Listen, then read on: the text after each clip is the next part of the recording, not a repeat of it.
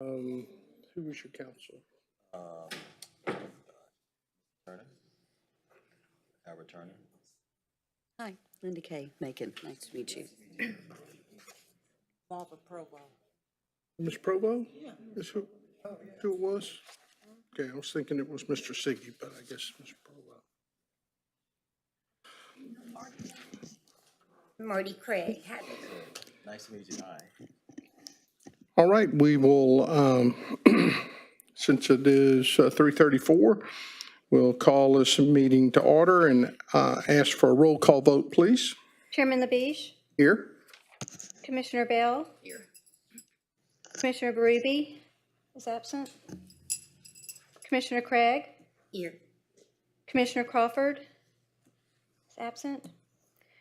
Commissioner Goodness. Here. Commissioner Kelly, absent. Commissioner Macon. Here. Commissioner Provo. Here. Commissioner Segee is absent. Commissioner Templeton. Here. Commissioner Thomas. Here. Thank you. All right, our first order of business, approval of our minutes, approval of the minutes from our regular meeting held on January the 8th, 2024. Everyone was sent those minutes, I think, a couple of weeks ago. So I'd ask now for any corrections or a motion. Motion to approve the minutes of January 8th, 2024. I second.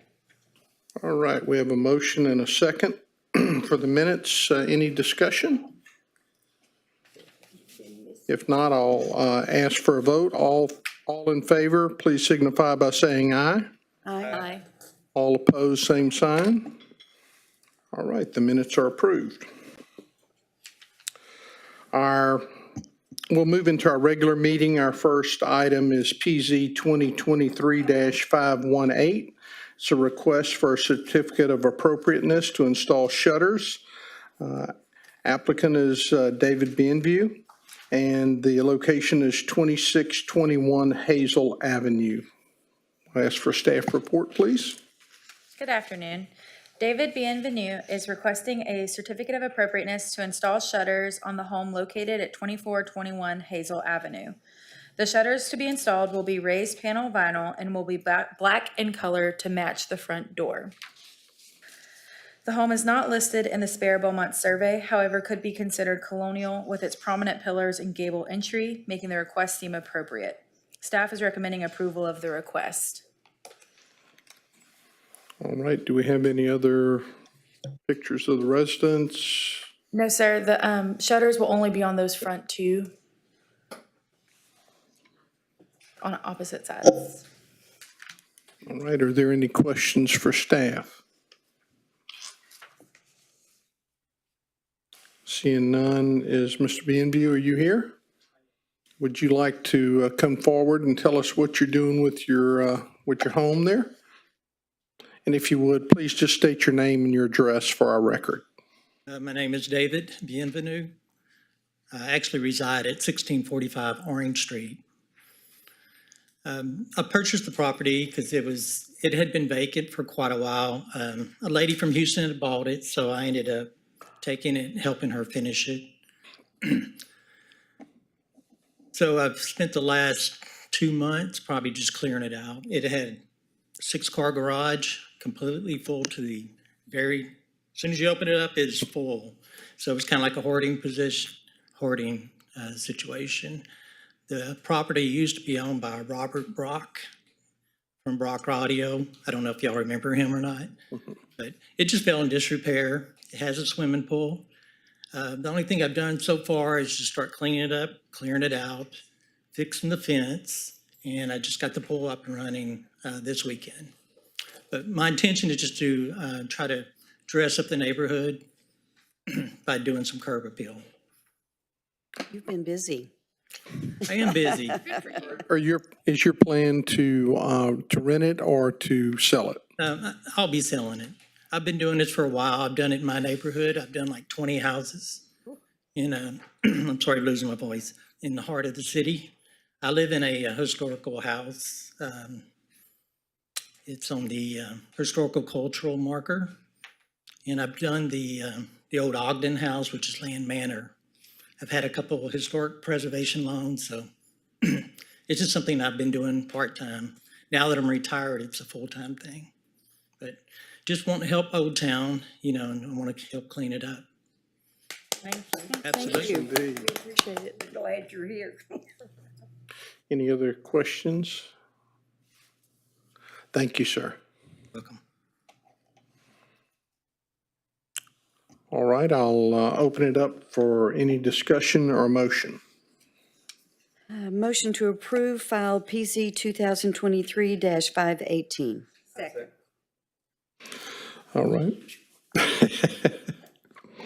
Marty's kind of quick on the gun today. We have a motion and a second Maybe I have a date. for approval of PZ 2023-518. Any other discussion? If not, we'll have a roll call vote. Chairman LaBiche, For? Commissioner Bell. Commissioner Berube, Four. Commissioner Craig, Yes. For. Commissioner Crawford, For. Commissioner Goodness, 4. Commissioner Macon, For. Commissioner Provo, 4. Commissioner Segee, Four. Commissioner Templeton, For. Commissioner Thomas. Four. Thank you. All right. Thank you, Mr. Bienview. We look forward to this project and hopefully many more, saving these beautiful little houses. Thank you. All right, our next order of business is a Historic District Code Enforcement Report.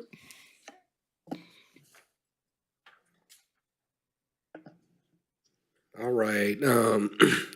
I got December because we had a little mix up last month, but for the month of December, it was 60 total. New historic violations was 3. Historic re-inspections was 4. New JMV violations was 21. JMV re-inspections 13. New litter violations was 8. Litter re-inspections was 7. New weed violations 2. Weed re-inspections 5. New zoning violations 2. Zoning re-inspections 1 for a total of 60 for the month of December. Do we have any questions for staff on any of the reports or any other items we wish to bring up?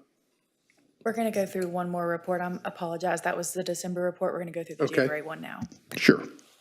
And for January, new historic violations was 7. Historic re-inspections was 3. New JMV violations 20. JMV re-inspections 41. JMV tag vehicles 12. New litter violations 4. Litter re-inspections 25. Weed re-inspections 10. Weed CC city compliance 1 for a total of 123 for January. For our new member of our board, that's our first line of protecting our historical properties in our historical district. And they do a great job for us, going around on a monthly basis and taking a look at things and writing people up and getting them to comply. And so we appreciate everything that you do for us, and particularly those that sit on the commission that live in the district. I know that they really appreciate it because it makes their homes be more valuable. So thank you. Thank you. All right, any other questions for historical? Okay, we'll move on to other business, minor rehabilitation program presentation facilitated by CDBG Housing Manager Jess Prince.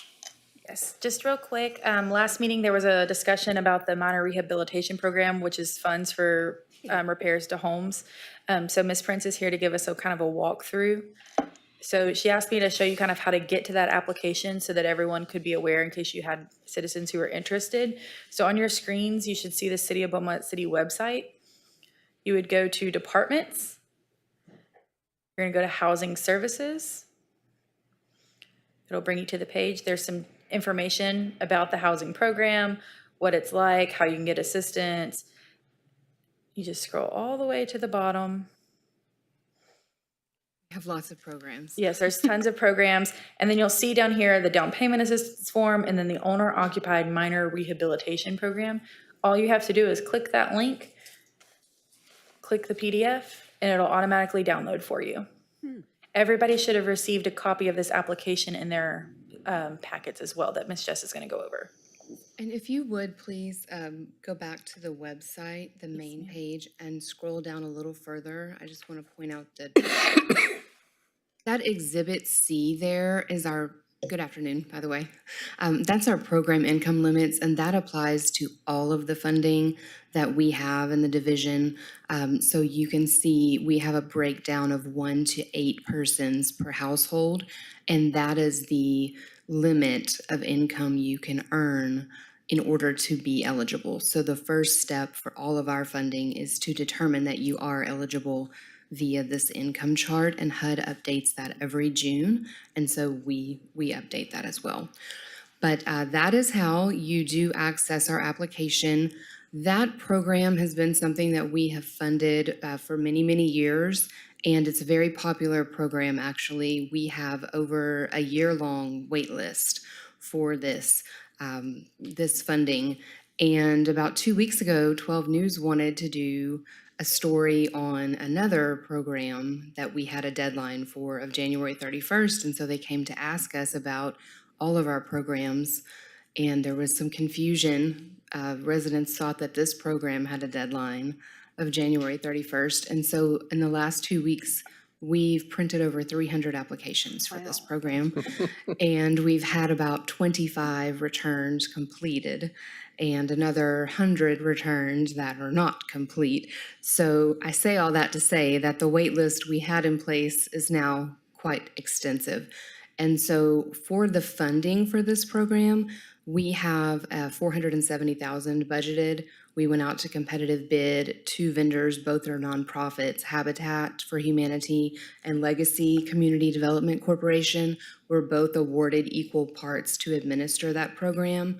I did that because we've only had 1 vendor in the past, and with a wait list of a year, I'd like it to move a little more expeditiously. So we now have 2 vendors, but just to go over for your knowledge, the qualifications for the program, as I mentioned, we do have the income limits, but the other requirements are pretty important. So the applicant has to have resided in the home for at least a year prior to applying for the assistance.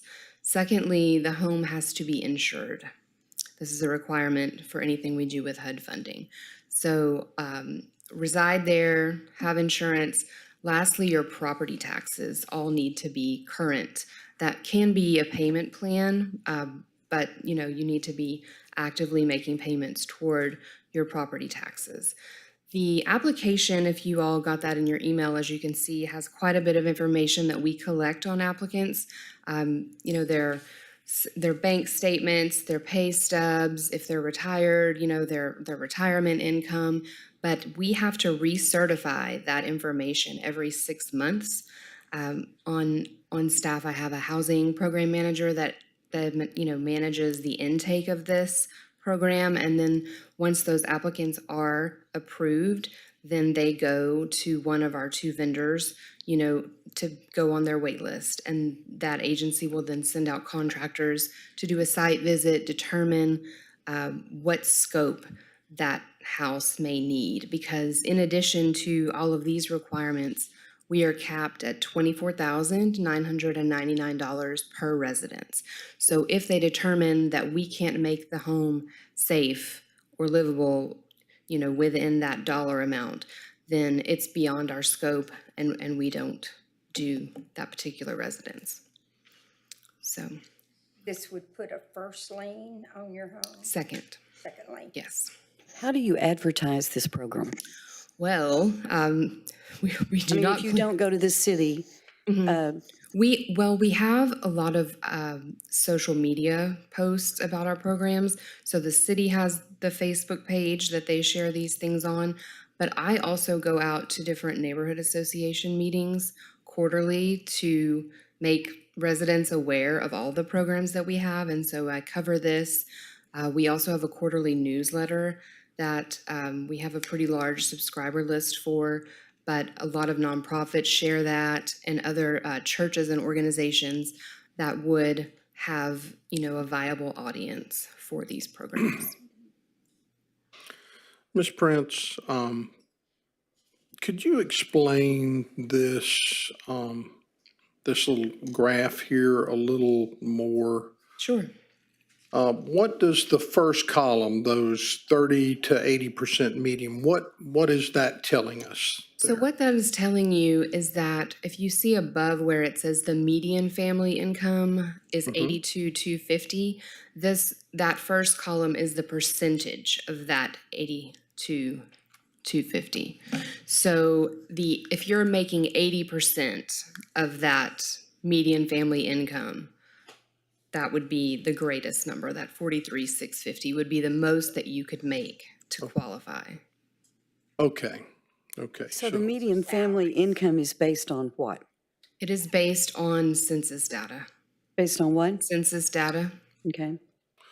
And we have the ACS survey that comes out, that's a 5-year capture, whereas the census is only done, we won't have new census data. We're using 2020, but HUD is doing these calculations. Oh, okay. So to simplify it, if I were making 30% of the median, that's $16,350. Yes. So so I can look up my income, come over here, compare the two and see if I'm eligible. And if I'm below those numbers, I'm eligible. Yes, correct. And I'm sure that we could do a calculation exceeding 8 persons, but we have not had to. So. Any other questions? Anyone else? Okay. Thank you so much. Like I did mention, this program has remained open consistently. It's not like our nonprofit annual grant with a specific window, but if we continue to receive a huge influx of applications, we may have to close that for a while because, like I mentioned, we have to recertify these applicants and all of their income information every 6 months. And so to have 2 or 3 years worth of people waiting on a list is not productive for it. So we may have to close it, but at this time it's still open. I do have one question. So you mentioned there was the cap. if the- $24,999. So what if the homeowner had a bequeath from a family member or a gift from a family member or funds from another program? Would you take that into consideration? If the estimated cost to renovate were $50,000 and they could come up with the additional 25? Yes. For example, Habitat for Humanity, who's been the vendor administering this program for a long time, they have other funding that they have access to. And so in the event that it exceeds $24,999, if they can cover other extended repairs with other funding, then they can do that. But the city cannot allocate any other funding. Right, okay. I have a question. Okay. So how do you determine who gets approved? How does It's that- based on the requirements. So if they qualify as low income and then they've resided there for a year or more, they have insurance and they have current taxes, then they qualify. Right, but if you have 10, say you have 10 that meet those criteria, how do you decide out that 10 who gets Well, approved? that's why we have a wait list, because it's first come, first served. So as long as they're qualified, they're going on the list. And, to tell you the truth, we have people that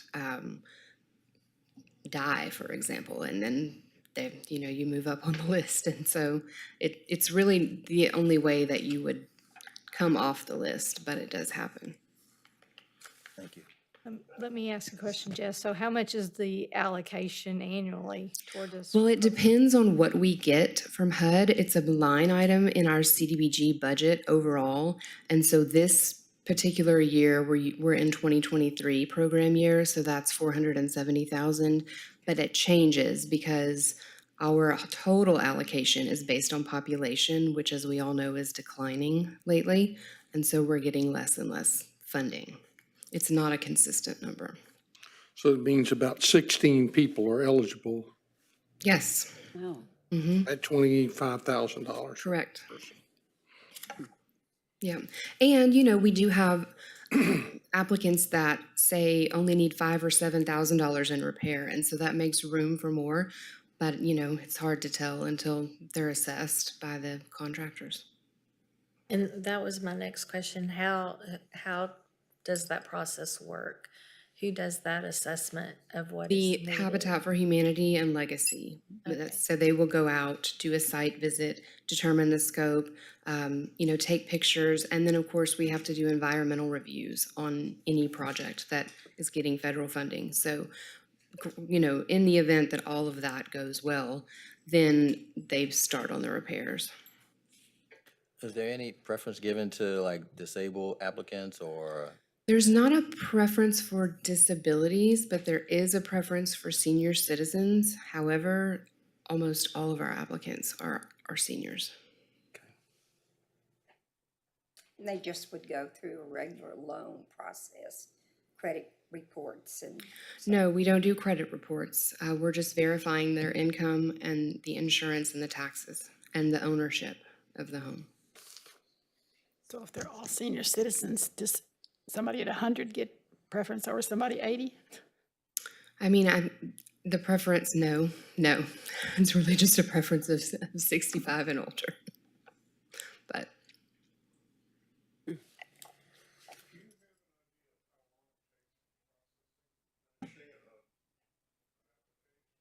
that process does not take long at all. They apply, they get accepted, the job is started and completed, do you know? Oh, well, so we have people that have been on a wait list for about a year.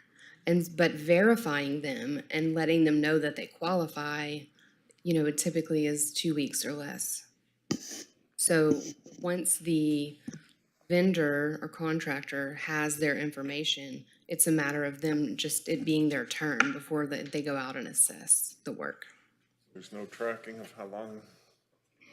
No. Okay. There will be probably going forward, but this is the first time that the program has been competitively bid in many, many years. And so it'll be the first time that we have more than one contractor. How many people do you have in it right now? 41, I believe. That's good. But that was before all the new applications. Right. So, like I said, it's more than 1 year's program funding that are already on the list. But 41 that are qualified and that are in the process? Yes. Okay. Mm-hmm. Yeah. There's a great need for that funding, and I've advocated for there to be money set aside for that program, because part of our overall goal in our division is to make sure that affordable housing is accessible and available, and our housing stock is, aging. And it's important that people be able to age in their homes. And so this program is really important, I think, to the residents here. And what is the payback of it? I mean, do they have an interest rate? No, they're not paying it back. It's grant funding. So they are, we're putting a second lien on the home for the affordability period, which is only 5 years. So if they were to sell the home before that period, then the money would come back to the city. But otherwise, there's no payback. Okay. Some years ago, we had something like this when I first bought my house. And 2 or 3 people mentioned it, but, and with the years going back, Chris told me that the city had just dropped that, that the money could be used in other places, but we did have one, and I guess it's. We had a revolving loan. We had a revolving loan account that was very low and for businesses and residential both. Yeah. Right. It might be rare if you get money back, but if you were, does that money coming back go into a fund to It goes back to that same program. Okay. Yeah, that would be considered program income, so per HUD regulations, it would have to return to that program. Well, thank you so much. You're welcome. Appreciate what you do. Thank you. All right, I've got one other item. Ms. Templeton, you were going to go and get some information and kind of start the process for several things. So I'm anxious to hear what you've found so far. Well, I haven't, due to work constraints, I have not had a meeting yet, but I'm trying to get a meeting scheduled within the next 2 weeks. That would include members from the city council, members from the demolition department, the city and county attorney, the tax office, the county tax office. So the goal is to have a round table to kind of discuss what the concern is and to find out for sure what the procedures are and to have everybody involved in that in the same room at the same time to kind of brainstorm about that. So that's the plan right now, and as soon as we have a meeting date and a place, I'll contact the commission for anybody else that wants to attend. Yes, I appreciate it. Susan and staff, could you make sure that you just let everybody know what the date and time is? And if we're available, then we can go and participate in that also. Yes, sir. I have one third thing to mention.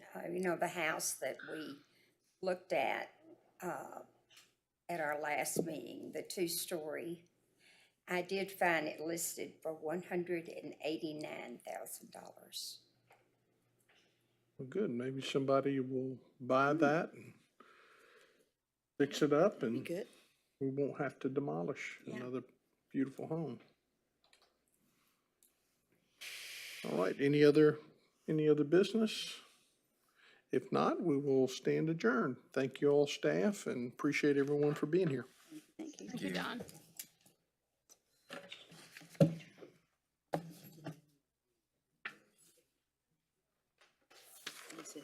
How you been?